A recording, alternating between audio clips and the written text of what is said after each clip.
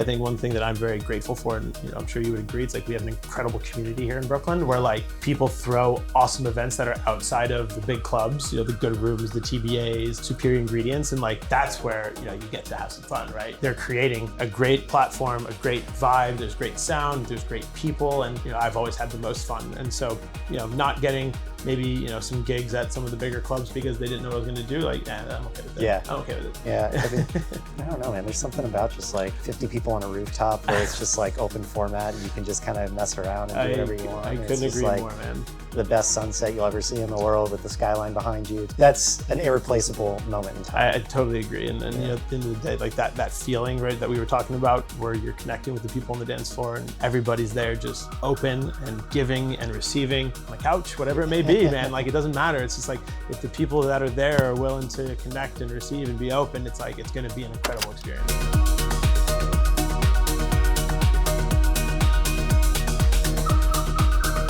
All right. Thanks for coming back down into New York City, into Brooklyn to join us at Tiny Table Radio. Really appreciate it. Where'd you come in from? Coming in from Westchester, living up in the burbs right now as I settle back into the New York scene after 3 years in Venice Beach, California. Nice to get back in the swing of things. Yeah. Well, we're happy to have you. I'm curious to learn because although we know each other, I haven't heard your story about the origin of Garrett becoming a DJ. What's that? It's a good one. So I would say this is about 12 years ago. As I think with a lot of DJs that started off, it started just kind of in your bedroom, right? And I started on a app on my iPad, actually. This little 2 channel mixer. I think the app was called Deej at the time, like nothing sophisticated. And I just started putting tracks and it was a way for me to kind of, have a creative outlet. And I was doing that, in my bedroom for a couple months, maybe a year. And then actually I was on vacation with a group of friends and we were all hanging out, partying, having a good time. And one of my friends there happened to know that, I was messing around with the app on my iPad and, in my bedroom, kind of nothing formalized at that point. No one even knew I was doing anything with it. And he, stops the party, cuts the music and, puts the spotlight on me and is just like, Garrett's going to play now. And I'm literally just like, excuse me, like, I'm going to do what? And everybody around just encouraged me, was like very supportive of it. And I literally plugged in my iPad to the sound system and I played off this silly little 2-channel app on my iPad for 3.5 hours and got my first taste of what it was like to, exchange energy with people on a dance floor. And I just watched these humans dance around me. And at that moment, I was just like, okay, I need to formalize this. I literally got back to New York and 2 days later had already enrolled in music theory classes, DJ classes, found a studio that I wanted to start kind of, learning the tools of the trade and just how to formalize this. Wow. Okay. Music theory. Yeah. I really wanted to understand, how songs are built and how songs come together because I don't have any really traditional training in music. I've always been a music lover, but understanding how songs are constructed and how music is put together, I saw as a really useful just tool as I looked to become a DJ and kind of, learn that art form. How many people were at this party for that when that spotlight was put on you? It was probably 30 people. And it was like really early on as I was kind of, one, getting into my music, but also just having a bit of a change, kind of just like seeing things a little bit differently, getting exposed to different people. And so 30 pretty much strangers that I just met that day, actually, to receive that kind of support and just openness to have me just do my thing and just like let me do it and love it. Like it was amazing. On a scale of 1 to 10, how nervous were you when that moment happened? So nervous, but also at the same time, it was one of those things where you weren't getting out of it, or I wasn't getting out of it. And at that point, you kind of have a decision. It's like, okay, I'm either going to let this nervousness dictate what's about to happen, or I'm going to take 5 seconds and like let it feel it and then move on and rip it. And, and so that's how it ended up happening. And I ended up just settling in nicely. And then, by the time like I kind of looked up, it was 3 hours later and it was just, it was incredible. Losing track of time for sure, right? Yeah, it happens very easily in those types of situations. But again, that was like my first taste of it. So that just really ignited my desire to formalize, what being a DJ is, what producing music is like, what that whole world is all about. Yeah. How many years ago was that? That was 12 years ago. So Yeah, the fact that I've been DJing for over a decade now, producing came a little bit later. So I've only been in that realm for, I'd say, 3 or 4 years. But looking back to think that I've been playing music for people on dance floors for over 10 years is kind of crazy to think about. What was your first gig or first show out in public, not necessarily a house party, where you got booked? Yeah, so there was this little spot downtown called the Black Lodge back in the day. It was run by actually Jack Mulqueen, who runs Outer Heaven here in the city. And a DJ back then, I don't know if you remember a name, Wilkie, as a DJ. So Wilkie used to play around Manhattan quite a bit. Me and him were friends, and I kind of shared with him that I was looking to start playing out or get booked. And he honestly gave me my shot. You know, he played Thursday nights at the Black Lodge, and he started letting me open for him. He basically had me start off when the room was empty, and he'd let me play until the room filled up, and then he'd step in and take it the rest of the night. But, you know, just being able to do that and experience that was just great, and opportunities to kind of get reps in and just to feel out, you know, what that's like.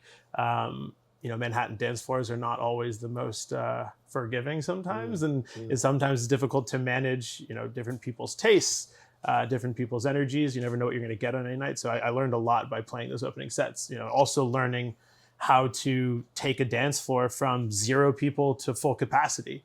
I think, you know, as I really got into DJing, and it's kind of why I think my producing journey started a little bit later, was because I really dug into like learning the art form of DJing. I think it's something that has gotten a little lost in today's culture. And I'm not saying it's a bad thing, it's just a fact of the matter, where you have a lot of producers that are producing music in their bedrooms, make a hit, end up getting booked for a festival or a big party, and they don't really know how to DJ.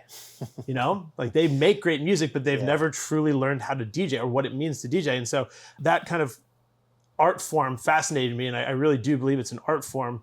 And, you know, you think about, you know, the kind of old days in New York City, and, you know, the iconic DJs that really, you know, influenced house music as a whole.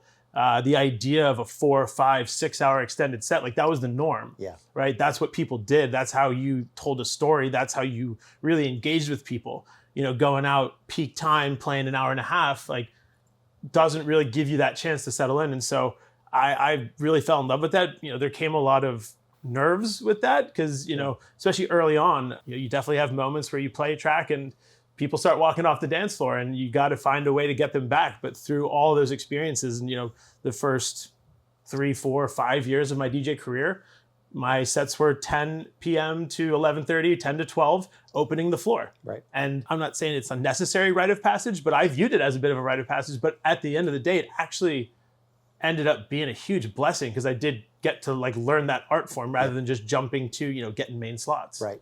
Right. It really teaches you how to build a story or build, you know, a progression of, you know, energy, really. Exactly. Yeah. I mean, now I welcome extended sets. Like if I only get an hour and a half, even 2 hours, I'm like, is that enough time? Like, what am I going to do? And like for a lot of people, that's a long set. But I mean, I love 3 hour, 4 hour sets. I love it. Yeah. Especially as you play around with different times of the evening too, you know, whether maybe it's like sunset into the night or like 10 p.m. into like the first kind of like intense moment of the evening, but you end up getting to play with a lot of genres too. And especially playing on Manhattan dance floors, I would say you have to have that ability, right? Whether it's disco, house, you know, even hip hop, R&B vocals in there, just to like keep the audience engaged. Because again, that's the key, right? You have to be able to find a way to relate and empathize with a lot of different people at the same time, and make sure that, you know, they're having a good time. You know, I mean, I think any art is subjective, but to you, like, what is the difference between, okay, I know I made a banger and I can just press play, throw the track up, call it a day, and then just mix something in. Right. What's the difference between that and actually like understanding the art of DJing? I think, that's a good question. And I think for me, it's, if you have that track that you want to get to, it's realizing that you may need a half an hour to get there. You may need a half an hour's worth of music to get to that track. Or you may never get to that track, because at the end of the day, it's not about you. You know, you may have this idea of what the night's supposed to go like, of what tracks you want to play, but your ultimate responsibility there is to engage with the dance floor and figure out what they need before they know they need it. And sometimes that's not necessarily what you had in mind or what you had planned. And that's why, I think Carl Cox is probably one of the most legendary DJs to kind of, emulate this of like, he very much talks about how he has never in his career planned a set and he never will. And like that to me is the art form of DJing. Like you're an artist who knows intimately their entire music like library and has the ability to pull from it at any time across any genre. And that gives you the ability to not have to plan sets, to look at the dance floor and see like, is this resonating with them? Is this resonating with them? Playing with different sounds, playing with different BPMs. And then, ultimately finding your way. And, I would say if you're really good, you can probably get yourself to that track that you wanted to play, but it takes time if you're doing the job right, I think. Yeah, it's funny you bring up Carl Cox because a selfish moment here in this interview for me, but I don't know if you remember, but in 2022 at Burning Man, the Purple Party at Carl Cox, where there was a very serendipitous moment where you and I just happened to run into each other there. Yes. And that was a very fun party. And you could tell that was very unplanned. And he was just playing classic disco. And it was what, like 9 a.m. Yep. And it was just the most fun. Yeah, that to me is probably one of the best parties that takes place on the playa every year. Yeah. I think a lot of people that attend Burning Man and have experienced it would agree. Yeah.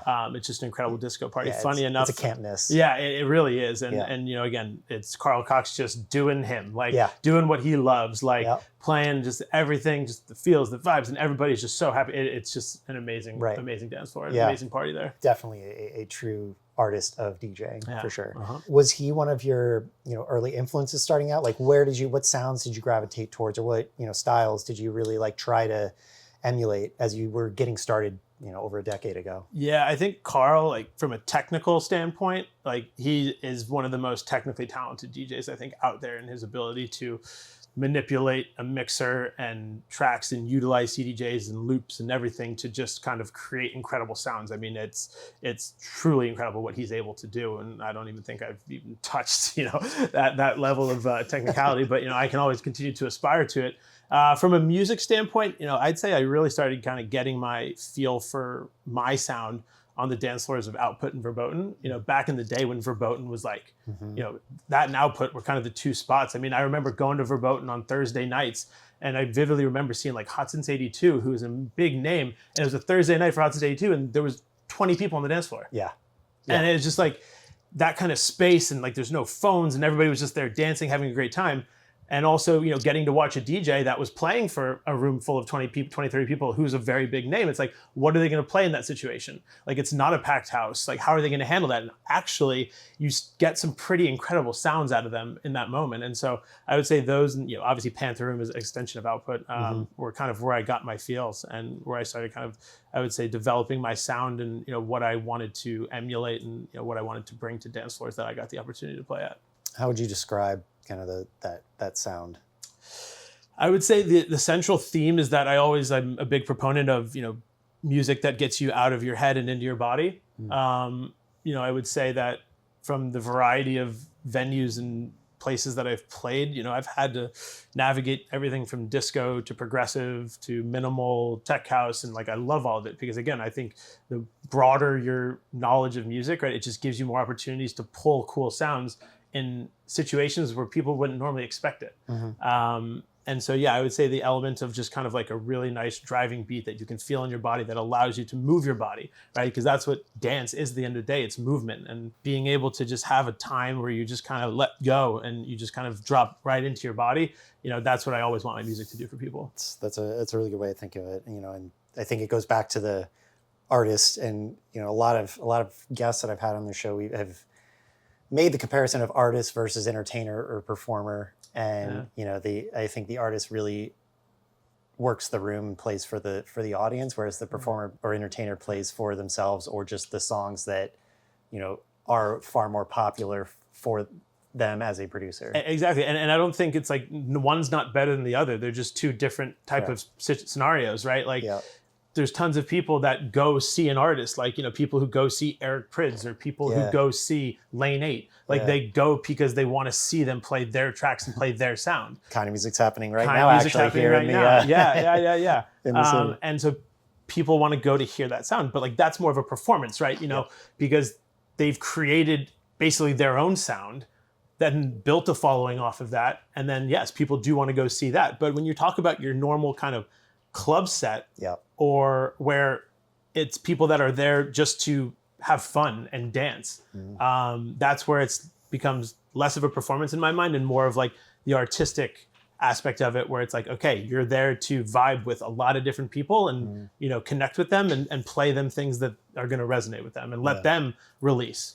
Right? That's how you build that dance floor, is you're getting all these different people to be like, ooh, that feels good, and like get out there and just let go. And then all of a sudden you kind of build a nice little vibe for yourself. Yeah. Yeah. I don't know about you. You know, it's easier for me to enjoy what I'm playing when I can see that the crowd is, you know, really appreciating it and into it too. For like sure. That's part of the high, like the high of DJing for me is the response from the crowd. Absolutely. Right? I mean, that feeling, and it's just like, you know, I think, you know, you hear, and I'm not comparing myself to a professional athlete at all, but like, you know, the feeling that people get when they go out onto a field and there's all these people looking at them, and it's like that adrenaline rush and that feeling. And it's like, it's that, but it's even deeper than that. Cause like, if you truly like learn to be empathetic with the dance floor, it's like, you're feeling that adrenaline, but you're also feeling something a lot bigger, where you're just like truly connecting with these people on the dance floor. Like I know like a lot of situations, like, you know, you lock eyes with someone on the dance floor that's just totally feeling what you're doing. And it's like, that's like an amazing, like almost intimate exchange. For sure. That is like pretty remarkable in like a scene where it's like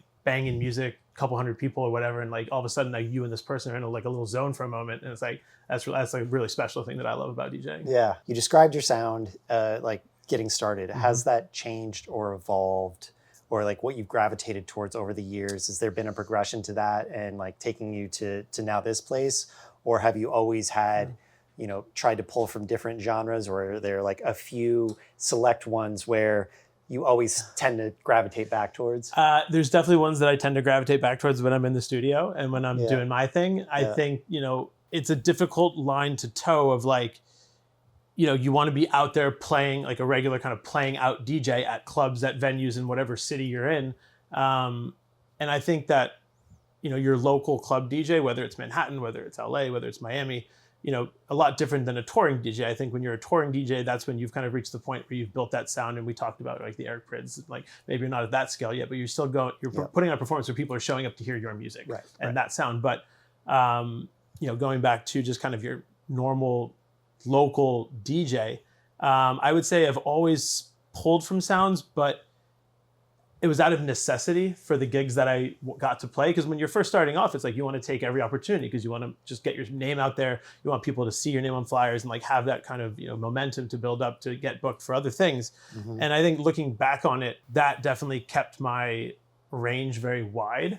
But whenever I found the opportunity, you know, I would always go back and work in, you know, what really resonates with me and what I love to do. And I'd say as I've progressed and as I've played out more, you know, my ability to find opportunities and parties and events where I can play that and truly do, you know, that sound that I love and that resonates with me. I mean, it's a privilege in my mind. It's like to get to that point where I get to do that. Take me into your studio a little bit. I'm not familiar with Garrett as the producer nearly as much as the DJ. Yeah, so. It's very much in its infancy. You know, I've been going about it for a couple of years now, but it's been a slow roll. I've been doing it mostly self-taught. In my mind, it's meant to be like pure creation. Yeah, I would say right now I'm trying to build the foundation of learning some instruments to incorporate into more sophisticated tracks. Sure. Because there's a lot of great technologies out there that allow you to create from simply just your laptop, honestly. Yep. And it's so cool to see. I mean, there's some AI technologies out there. I mean, I was watching this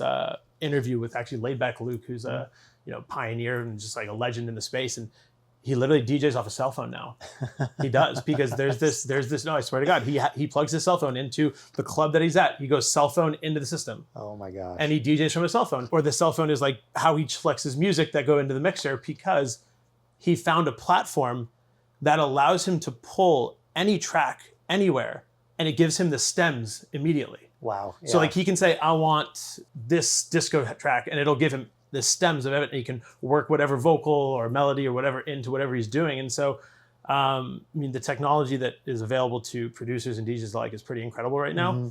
I think that the producers that I respect the most, you look at their studios or you look at their creative process, all of their foundational elements, the bass, you know, everything else is from true instruments, right? Yeah. It's from keyboards, it's from actual drums. Yeah. They're organic sounds coming from real instruments that they then will take into the technology and then manipulate and maneuver. But it's a bit of a slow roll. You know, I need to be a little more disciplined with it if I'm being honest. But what's keeping you away from that? Playing too much golf? Yeah, yeah, you know, sports, life. You know, DJing for me has always been a passion project. You know, I've kept a normal 9 to 5 throughout the whole process, and that was kind of done out of intention. You know, I love this. It's the thing that I love the most in the world, honestly. And to find something like that gave me that feeling, I found was very special and very unique, and I never wanted to lose that. Yep. And I felt that unless it was super clear, the path to being, you know, comfortable financially by making that jump, you know, if you were to do it, you may find yourself in a situation where you have to take gigs because you simply need to pay the bills, right? Like, it's not all fun and games. Like, everybody sees these DJs that are making tons of money playing main stage, but there's a lot of artists and DJs out there that are just trying to, you know, get by, and they're just trying to, you know, pay their rent, and like it's real. Yeah. So like, I'm very fortunate to, like, you know, have my job that allows me to kind of pursue this passion, you know, free. Yeah. But that's something that I always wanted to preserve as I kept going. Yeah. I always have approached it with the notion of, I'm going to do this as long as it's fun. Right. And as long as I know that when I'm out playing, that it's fun for whoever I'm playing for. And yeah, I think we're both fortunate in that way of that, you know, we don't have to rely on the income that it brings to, you know, be able to do it. Right. And to live and that in life. a way, though, like, is that what is slowing my progression as a producer? And is it maybe like, would I be elsewhere? Like, maybe, but like, it's the woulda, coulda, shouldas, and it's like, that's no way to look at it. Like, at the end of the day, I totally agree. It's like, I know that every time I've ever DJ'd, like, I have loved it and I've had a great time. And when I go sit down in the studio and I want to, you know, spend time, a couple hours at the piano or this and that, it's because I want to be there, not because it's like I feel like I need to do this because I have to adhere to a timeline, because I have to hit these, you know, achievements in order to, you know, continue to make money or to continue to progress. It's like it's just an organic feeling where it's like, okay, this is what I want to do right now, and then you go do it, and like that for me allows me to be much more present with it. I feel like I'm more productive with it, and it's just overall it's just a better experience. Yeah, I think a lot of people see the result or the product of it and think, oh man, that would be so cool to play like in Ibiza and then like back in LA and then Miami and, you know, London and whatnot, and like pond hopping all the time. But you're living in airports and backstage and back in the airport the entire time. It's a grind. It's insane. I mean, I would say back maybe like 5 or 6 years ago, when I was like very committed to like playing out as much as possible in New York, you know, I was probably playing twice a week. Yep. And even that, like 2 times a week in the city I was living in. I mean, granted, yes, I had another job, but still, even that like is taxing. It's a lot. So like to think about that at a much higher scale in terms of frequency of performances globally, like what that does to just like your body and just like being able to keep kind of like an even keel about things, like it's got to be very difficult. Yeah, unless it's like day party tours. Right. Yeah, day party tours. Yeah, I guess if you're, you know, more in my older age, that's what I'm trying to do now. Right. Exactly. We're big fans of the day party now. Let's go back into the nighttime. Take me through your ideal set. What would it be in terms of size, in terms of sound that you would want to play? How long would you want? Yeah, I think for me, intimacy is where I thrive and where I'm most comfortable. I think like a 200 person venue is probably the biggest if I had my way, like my ideal scenario. Just very simple though. Like the sound system is really what is the key in my mind, which I'm sure any musician will agree, right? Like a properly tuned sound system in a space, it just changes everything. Like it's just absolutely necessary. You know, I had the fortunate opportunity to play at Signal, the new club here in Brooklyn, a couple weeks ago, and that was the best DJ experience I've had at a New York Brooklyn club in a very long time. Yeah. I mean, just the way that they've engineered that place, it's just very simple, but sophisticated, and the sound is incredible, and the people, the way that they just gave off energy, and there's no phones, and like I couldn't tell you the last time that I played a set for people where I didn't see a single phone out on the dance floor. Wow. So that was incredible, and so honestly, like that environment was like really clicked, and so yeah, I'd say, you know, 250 people, you know, a well-engineered sound system, you know, just simple vibes, nice dance floor, and you know, nothing crazy on the lighting front, just like some proper mood lighting, and you know, someone who's just kind of very, you know, detailed and meticulous with it. I don't need big flashing, strobe lights. Yeah. Just a little accent. Right, exactly. Accents. Because at the end of the day, like, it's about letting people connect, right? I obviously understand the performance aspect of it, but even those big performances, like, you want people to be there connecting with each other. The music, the environment, all of that should be, I think, looked at in the way that is curated from the mindset of like, how does this enable people to connect? Yeah.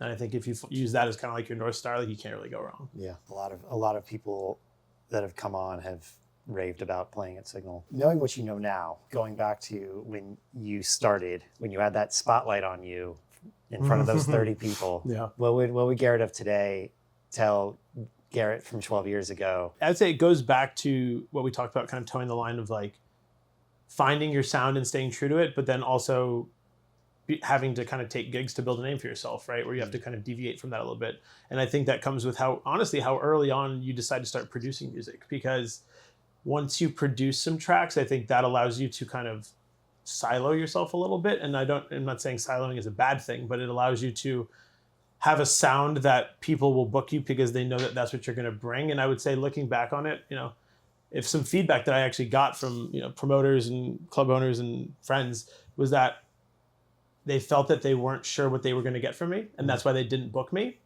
Because they're like, I saw you play at this party in Manhattan, you crushed it, but you played like a soulful house disco set, like house set.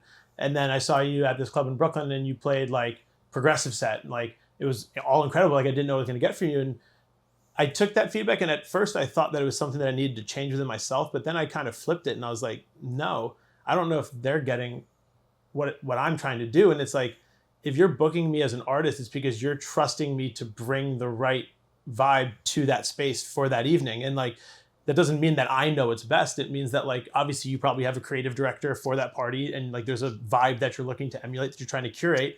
So like, as an artist, like, I'm here to work with you to create that. And I think that the broadness and the, kind of expansiveness of my library and the different genres that I have, it's like, I have the ability to do that and like create different unique experiences. But yeah, it's something that I would say I got feedback wise in terms of why I wouldn't get booked, which I don't know if I would do it differently. I just found it interesting. For anyone else who's starting or getting out there, it's something that you have to choose for yourself, whether you want to just kind of go down a certain genre, if you will, or just kind of keep it open. I think that will affect what types of events you end up playing and what types of parties are available to you. I think one thing that I'm very grateful for, and I'm sure you would agree, it's like, we have an incredible community here in Brooklyn where like, people throw awesome events that are outside of the big clubs, the Good Rooms, the TBAs, Superior Ingredients, and like, that's where you get to have some fun, right? Because it's like, they're creating a great platform, a great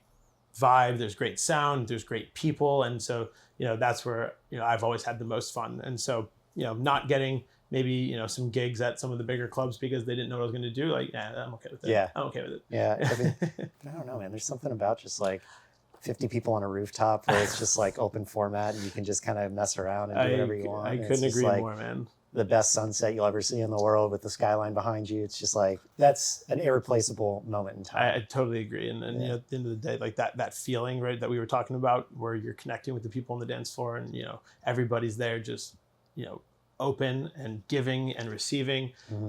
I think it's much easier to get that when you're curating the group of people, right? And so when you talk about that 20-30 person party on a rooftop or in a basement or on a couch, whatever it may be, man, like, it doesn't matter. It's just like, if the people that are there are willing to connect and receive and be open, it's like, it's going to be an incredible experience. I agree.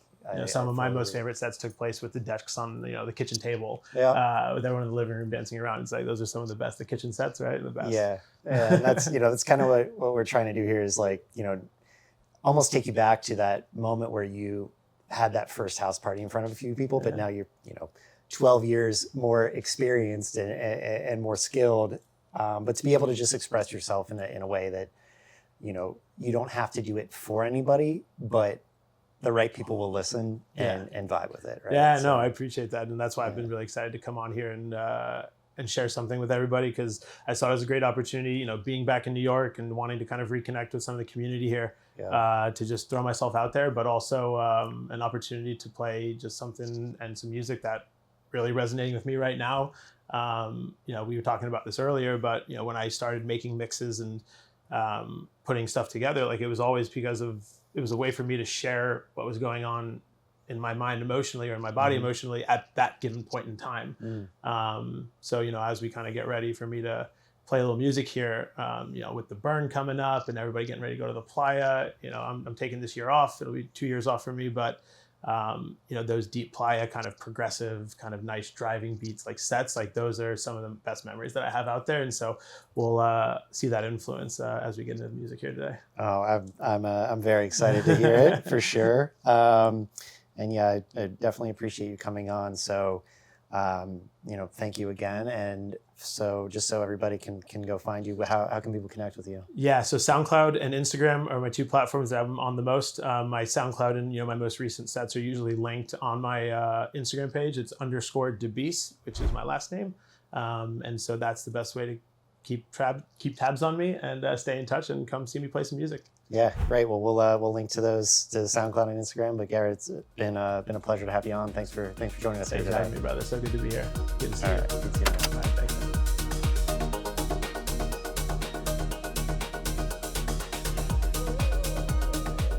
Thanks for listening to that latest interview on Tiny Table Radio. It would help a lot if you hit that subscribe button now so I can bring on more guests and keep this show going. So hit that subscribe button now, and we'll see you next time. Enjoy the set.